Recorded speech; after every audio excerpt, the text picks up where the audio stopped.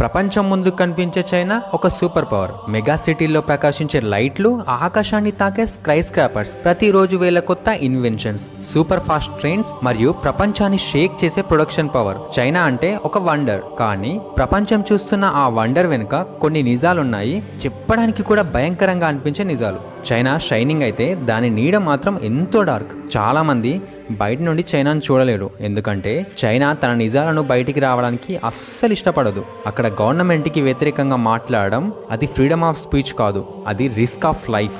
ఒక ordinary Chinese citizen everyday morning లేవగానే మొదటగా చూసేది సన్ రైజ్ అయితే అస్సలు కాదు, వారు చూసేది ది సర్వైలెన్స్. ఈరోజు మనం మాట్లాడుకోబోయే topic the dark side of China. Welcome back to అసలు కథ. అసలు కథ ఛానల్ని సబ్స్క్రైబ్ చేసి ఈ వీడియోని లైక్ చేయండి. ఇక మన మెయిన్ టాపిక్లోకి వెళ్ళిపోతే, ఒక ordinary Chinese citizen everyday morning లేవగానే మొదటగా చూసేది సన్ రైజ్ అయితే కాదు, వారు చూసేది ది సర్వైలెన్స్. ఇలా నేను ఎందుకు అంటున్నానంటే, ప్రతి స్ట్రీట్లో, ప్రతి అపార్ట్మెంట్లో, ప్రతి మెట్రో స్టేషన్లో వందలాది సీసీటీవీలు, ఏఐ కెమెరాస్, ఫేస్ రికగ్నిషన్ సిస్టమ్సే కనిపిస్తూ ఉంటాయి.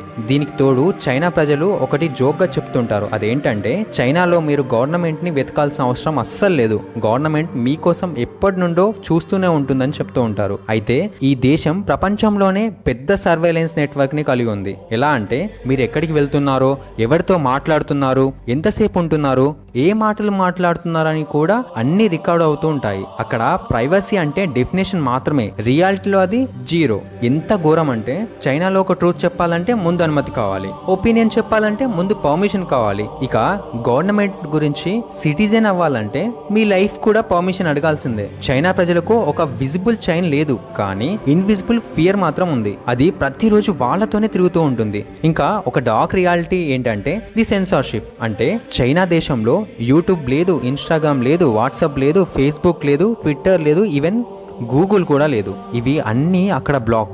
ఎందుకంటే చైనా ప్రభుత్వం తన ప్రజలు ప్రపంచాన్ని పూర్తిగా చూడకూడదనుకుంటుంది.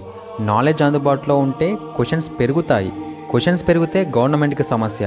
అందుకే అక్కడ ఇంటర్నెట్ అనేది ఓపెన్ ఓషన్ కాదు, గవర్నమెంట్ అనుమతించిన చిన్న ఫోన్ మాత్రమే. ఇది మాత్రమే కాదు, చైనాలో మైనారిటీస్ పైన ట్రీట్మెంట్ ఇంతవరకు కూడా ప్రపంచాన్ని షాక్ చేస్తూనే ఉంది. షింజింగ్ ప్రాంతంలోని హ్యూగర్ ముస్లిమ్స్ గురించి వచ్చిన రిపోర్ట్స్, లేబర్ క్యాంప్ గురించి చెప్పబడిన విషయాలు, మోడర్న్ వరల్డ్లో కూడా ఇలాంటి కంట్రోల్, మానిటరింగ్, రూల్స్ ఉండడం అన్బిలీవబుల్ అనే చెప్పుకోవాలి. చైనాలో ప్రొటెస్టింగ్ అనేది ఒక ఎక్స్ట్రాడినరీ ఈవెంట్. ప్రపంచమంతటా ప్రొటెస్టింగ్ కామనే, కానీ చైనాలో మాత్రం ఎందుకంత ప్రత్యేకం అంటే, చాలా ప్రొటెస్ట్ కొన్ని నిమిషాల్లోనే డిసప్పియర్ అవుతూ ఉంటాయి. ఎందుకంటే surveillance is everywhere, police arrives first, freedom arrives last. China గురించి ఇంకొక పెయిన్ఫుల్ ట్రూత్ ఏంటంటే, పీపుల్ పై వచ్చే pressure, jobs, competition, cost of living ఇవన్నీ ఎక్స్ట్రీమ్ లెవెల్లో ఉంటాయి.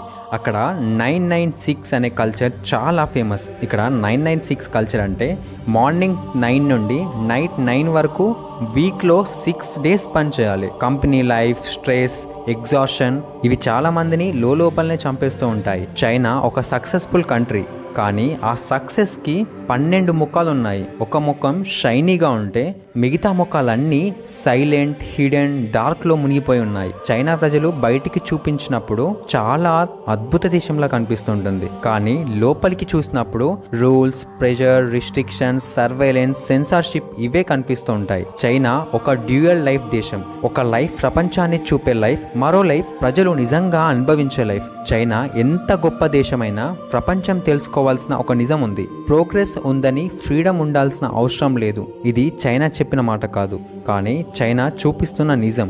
అక్కడ డెవలప్మెంట్ స్కై టచ్ అవుతుంది, కానీ హ్యూమన్ వాయిస్ అదే స్కైలో ఎక్కడో మాయమైపోతుంది. ఇది China. Shining out side, silent inside, strong out side, suppressed inside. ఇది చైనా యొక్క నిజమైన dark side. That's for today. Thanks for watching అసలు కథ. ఈ వీడియోని లైక్ చేసి అసలు కథ ఛానల్ని సబ్స్క్రైబ్ చేసుకుంటారని సైనింగ్ ఆఫ్. ఇది చైనా యొక్క నిజమైన డార్క్ సైడ్. మీ ఒపీనియన్ని కామెంట్ బాక్స్లో తెలియజేయండి. అండ్ అసలు కథ ఛానల్ని సబ్స్క్రైబ్ చేసి ఈ వీడియోని లైక్ చేయండి. Thanks for watching. Hope you like the video.